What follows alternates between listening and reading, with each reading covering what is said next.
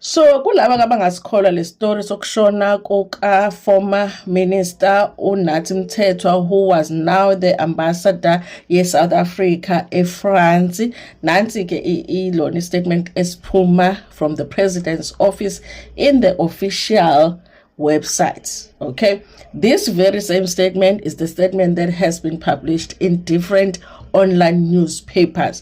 Kule statement, the president uthi he is saddened by the passing of Ambassador Emmanuel Nkosinathi Nathi Mthethwa, South Africa's head of mission in Paris, who has died in a tragic circumstances in French capital at the age of 58.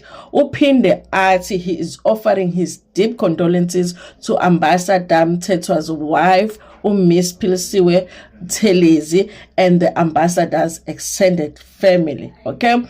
Uphinde futhi president athi he's extending his sympathies to Ministry and Department of International Relations and Cooperation, and in particular officials in our embassy in Paris. Okay, uyaqhubeka ke futhi president ancome umsebenzi omuhle obusowenziwe uNkosinathi Mthethwa for the country South Africa and the relationships that he had been able to build between South Africa and France.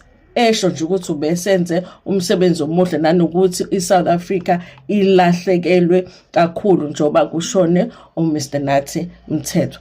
Kulaba bathi enene ufikile Mbalula uke waposta wathi this story is fake news.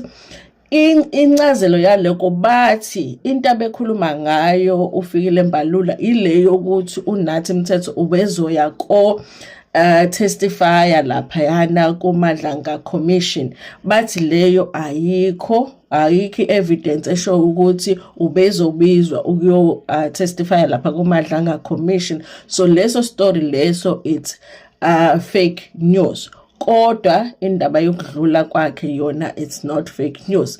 I don't think ukuthi bebezo announce kanje uma ngabe ukuthi umnumzana Mthethwa akashonile, ukusho ukuthi ushone ngempela uma ngabe ipresident isikhulumile ngakho. Ngiyabonga.